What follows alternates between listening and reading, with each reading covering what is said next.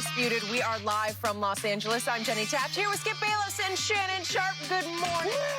Good morning, I'm Jenny. glad I have Andy Dalton as my quarterback instead of that guy in Philadelphia. Good luck with him. Good luck with your guy. Yeah, it's not like you make it seem like you got Patrick Mahomes. I'll take Garrett Gilbert over Wentz. Okay, well, put it behind that offense. Wincing. I don't want to hear anything else about offensive lines. Yeah. Okay. Let's not do that, okay? Yeah, okay. Well, we're going to get to that, all the wincing going on over there, because the Seahawks, well, they did beat the Eagles 23-17 in a game. Seattle really dominated for most of the night. The Seahawks defense sacked Carson Wentz 6 times and held Philly to under 300 yards of total offense. And after all the rumors that we'd be seeing a lot of Jalen Hurts last night, the backup quarterback only ended up recording 2 official snaps as Philly once again rolled with Wentz. But Wentz did have 2 touchdowns. He also threw a costly interception in the end zone in the 4th quarter. So, Shannon, is it time, and I know this is your guy, but is it time to bench Carson Wentz? No, it's not time yet. And I think the thing is that everybody saw that last night. His receivers, they can't separate. His offensive line can't protect him. Doug Peterson refused to run the football, Skip. He's just like, forget it. I mean, I don't get this, Skip. They got it 1st and 5. I just want someone to explain, and I tweeted this. You have it 1st and 5, and you throw the ball 3 straight times. You don't need to say, okay, with Sanders, you're averaging 5 yards a carry. Let me give you one of these cracks at it. No. And then when he's backed up, he runs it 3 straight times. Like, the defense doesn't know. If you throw it 3 straight times and you're at the 25, what do I think you're going to do if you're backed up now and you're inside your 10? You're going to run it. Skip, I mean, I'm watching this, and it's just pathetic. And I'm not going to excuse Carson Wentz. Carson Wentz needs to play better. Skip, and because he's been hit so many times, he's so gun-shy. He goes to the line, he says, I'm throwing the ball here. Because of that last interception that he threw to trying to hit Dallas Goedert, and they was on the wrong page, if that's the West, if they're still running like I run it, I think he had Y choice or Y option. If the guy's on the inside, you break out. If the guy's on the outside, you break in. But for whatever reason, they got the wires crossed. Get Richard Rodgers riding right in front of him. He's on the inside, on the left, coming across. He's right in his window. If he just raises up, throw it to him, he gets the first down. Look at this. Richard Rodgers is right there in front of him. But because he's so gun-shy, he's already made his mind up, because I'm going to get hit in the back of my head. And he throws the ball. He throws an interception. Skip, look, Jalen Hurts might turn out to be a fine young quarterback. But clearly they have what he's shown them in practice is not enough for them to go to him right now. Because if it was, considering how bad they're playing, they say, well, he can give us a spark. But they haven't done that. There's a difference between the NFL and Big 12 football. CeeDee Lamb is not going to be running 12 yards wide open in the NFL. And that's what we're seeing. Skip, they're a bad football team. And they're trying to, everybody in the division, with the exception of Washington, is trying to give the division to Dallas. Because you see the Giants, Skip, their quarterback, they're winning like 2 or 3 games in a row, and the quarterback pull his hamstring.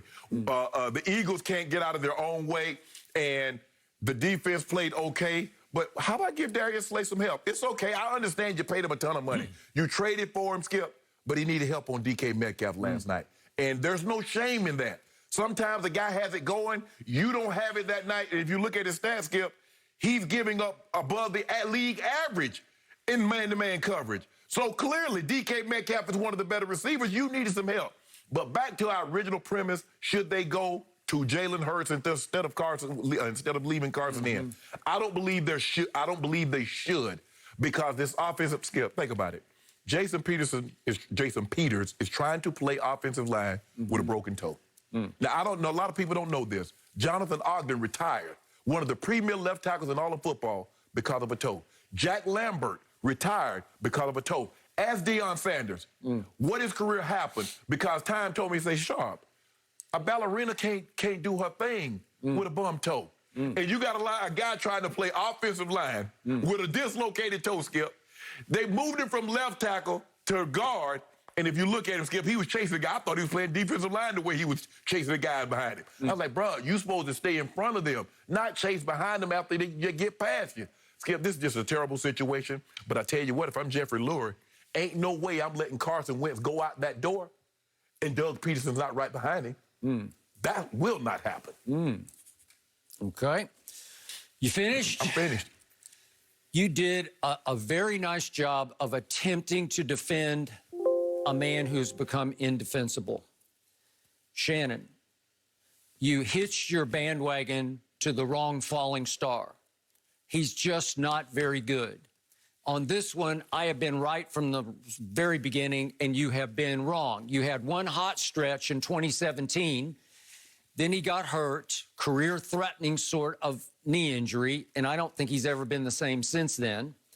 And what happened? That team was so loaded, it was so talented, it was so hot, that a quarterback for whom you have no respect, named Nick Foles, took that team over and took off and played two of the greatest playoff games back-to-back I have ever seen, in the NFC Championship game against Minnesota at Philadelphia, and then against Bill Belichick's vaunted defense in the Super Bowl, in which Nick Foles, with that offense, and Doug Peterson, who wrote a book about it called Fearless, I'm Fearless, he hung 41 points on Belichick's defense as Tom Brady threw for a playoff record 505 yards, and that wasn't enough because 33 were not enough to overcome the 41 that Nick Foles hung on Bill Belichick. So you feel very comfortable saying that's the exact same offense, those are the exact same players that won that Super Bowl? Obviously not now. Okay, but again, that's what made Carson Wentz. That's what gave everybody hope about Carson Wentz, and he is what I said he was from the beginning.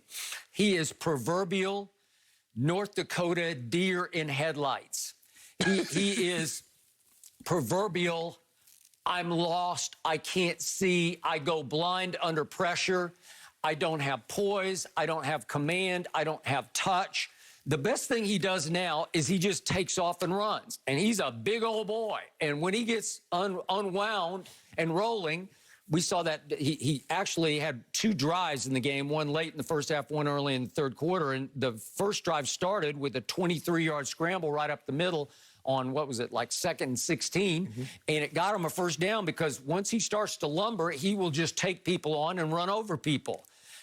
I don't see the ability, the poise to play the position the way it needs to be played.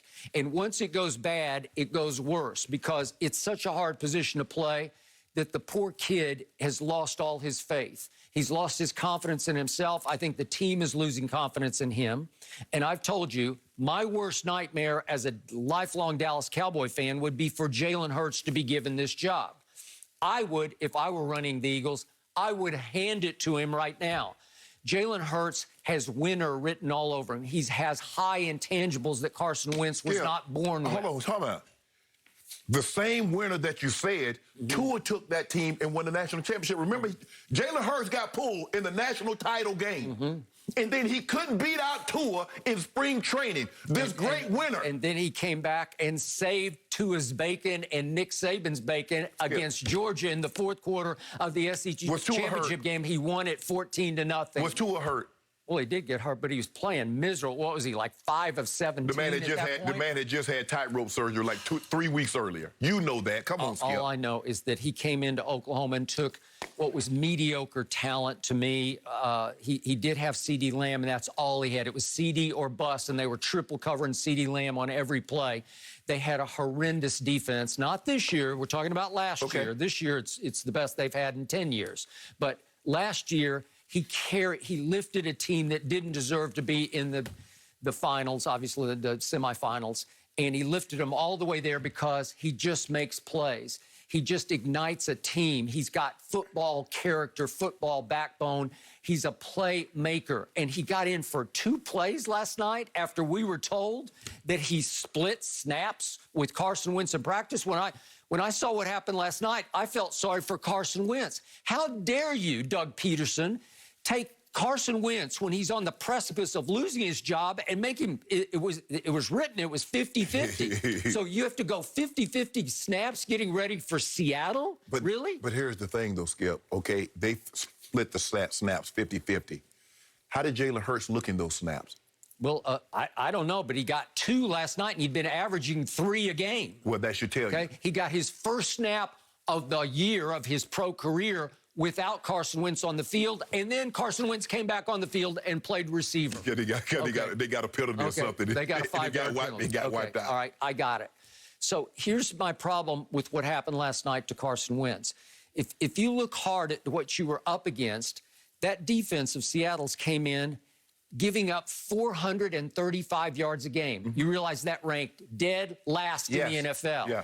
Do you On pace to realize get third worst ever. that Seattle's pass defense was allowing 344 yards passing a game, by far the worst in the National Football League. So degree of difficulty for Carson Wentz to hang on to his job at home on a big Monday night game was pretty, the degree of difficulty was low, because you can't ask for more appropriate, like easier opponent. You could just take advantage. Surely you could. They're just what the doctor ordered. Yes. If you have a deep Skip, let that sink in for just a second, Skip. You tell me that they're averaging giving up 435. They're average giving up 344. In that offense, take out the last drive. Skip that little Hail Mary. Take that out. That's 75 yards. Okay, that was 33-yard Hail Mary at the end to Richard Rodgers, who once made Aaron Rodgers look really good on a Hail Mary. Yeah. Okay, so that padded his stats to get him over 200 yards passing. Thank you. So let that sink in. Up until that point, they're under 200 yards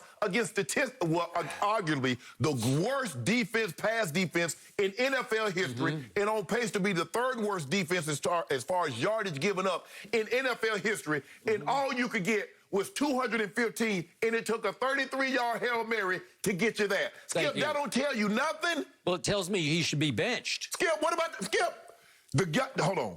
Carson Wentz is on pace to be sacked the third most in NFL history. He gets sacked 4.2 times a game. And you talk about... 6 times last night. Yeah, 6 more times he's running away with the sack lead. And that has... I'll give you 50-50. I'll put 50% on the decimated offensive line, and I'll put 50% on Carson Wentz.